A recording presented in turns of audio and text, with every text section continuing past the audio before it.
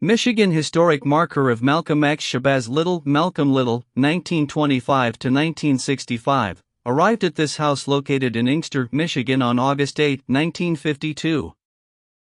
Malcolm X joined the NOI, Nation of Islam soon after, taking the name Malcolm X. He became the assistant minister at Detroit's Temple No. 1 in mid-1953. He was later sent to the East Coast to aid in recruiting and founding temples. In 1958, he proposed to Betty Dean Sanders from a Detroit, Michigan phone booth. They wed a few days later in Lansing, Michigan. In December 1963, Malcolm gave his message to the grassroots speech at King Solomon Baptist Church in Detroit, Michigan. After Malcolm X left the NOI, Nation of Islam in March 1964, he started two new organizations. In April 1964, Malcolm X performed the Hajj, the holy pilgrimage to Mecca, and he became known as El Hajj Malik El Shabazz. At Ford Auditorium on February 14, 1965, he exclaimed, "I'm from Detroit. I used to live out here in Inkster." Malcolm X was assassinated a week later. Things that's going to help to bring this about is the independence of Africa. And one of the only reasons that we in the West have never organized, we have hated our image and our African image.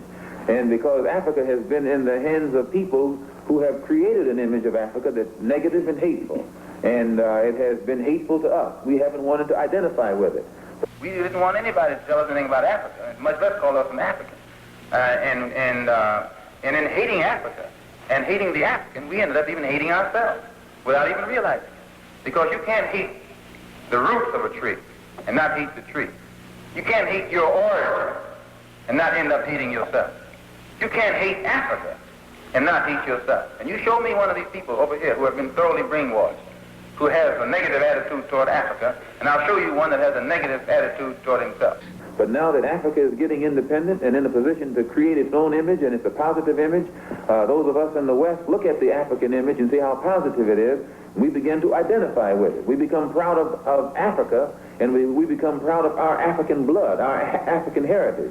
And this is what is beginning to make the Africans in the Western Hemisphere today develop more race pride, and as this race pride develops, then it has a tendency to make us want to unite together and work together, and your Western imperialists and colonialists consider this to be a grave threat.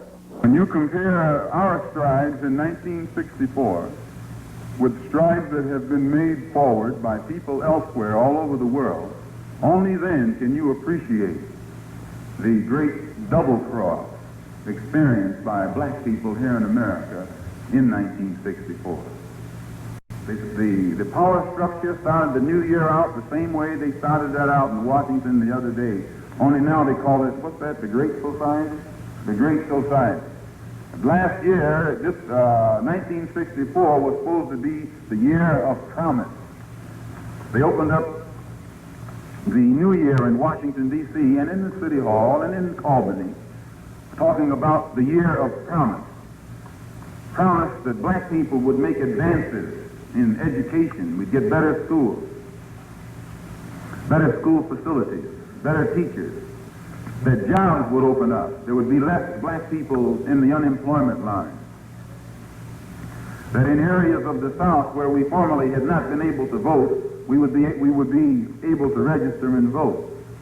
That we would become socially acceptable to those who in the past did not consider us socially acceptable. The Board of Registrars is not in session this afternoon. But by the end of 1964, we had to agree that instead of the year of promise, instead of these promises materializing, they substituted devices to create the illusion of progress.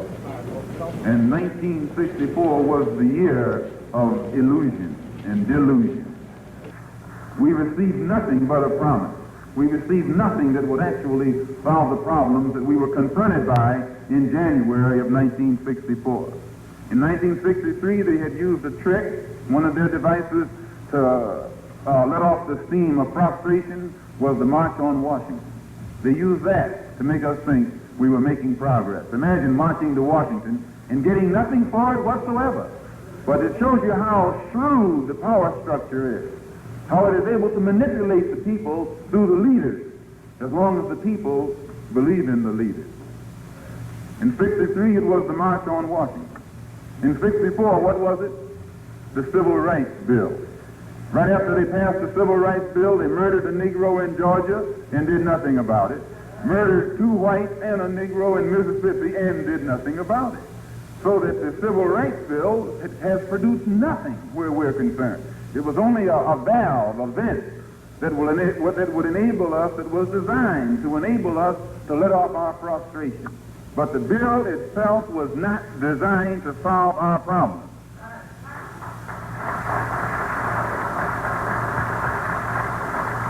Since we see what they did in 1963 and we saw what they did in 1964, what will they do now in 1965? The black people should band together and do something about selecting and electing representatives, black representatives, politically, who have the rights and the best interests of the black people at heart. And that we should also unite together and sweep out of office all of the black political puppets who are used by the white power structure to continue white supremacy in our communities. This government has failed us.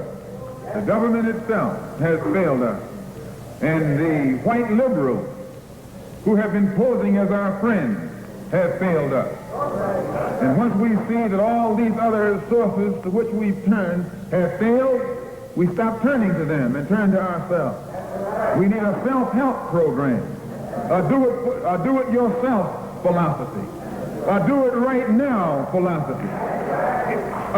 It's already too late philosophy. This is what you and I need to get with. And the only way we're going to solve our problems, we must understand the politics of our community.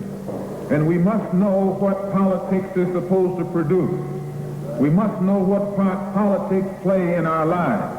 And until we become politically mature, we will always be misled, led astray, or deceived or maneuvered into supporting someone politically who doesn't have the good of our community at heart. So the political philosophy of black nationalism only means that we will have to carry on a political program of re-education to open our people's eyes, make us become more politically conscious, politically mature. And then we will, whenever we get ready to cast our ballot, that ballot will be cast for a man of the community who has the good of the community at heart.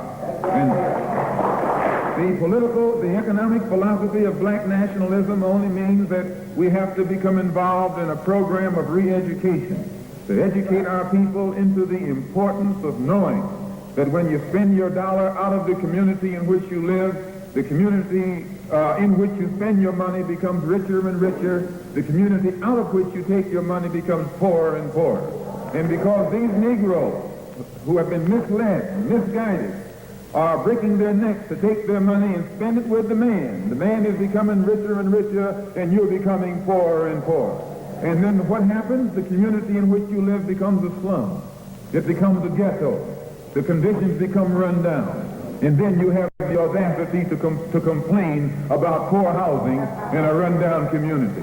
Why, you run it down yourself when you take your dollar out. And you and I are in a double trap, because not only do we lose by taking our money someplace else and spending it, when we try and spend it in our own community, we're trapped because we haven't had sense enough to set up stores and control the businesses of our community.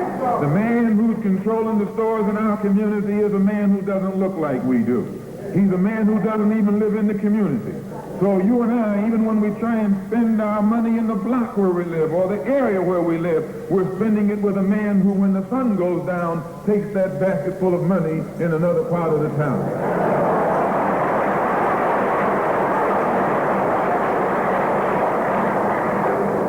So we're trapped, double trapped, triple trapped. Anywhere we go, we find that we're trapped. And every kind of solution that someone comes up with is just another trap. But the political and economic philosophy of black nationalism The economic philosophy of black nationalism shows our people the importance of setting up these little stores and developing them and expanding them into larger operations.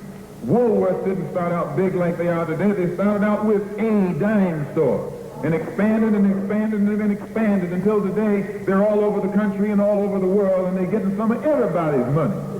Now this, what you and I in General Motors, the same way, didn't start out like it is. It started out just a little rat race type operation, and it expanded and expanded until today it's where it is right now. And you and I have to make a start. And the best place to start is right in the community where we live.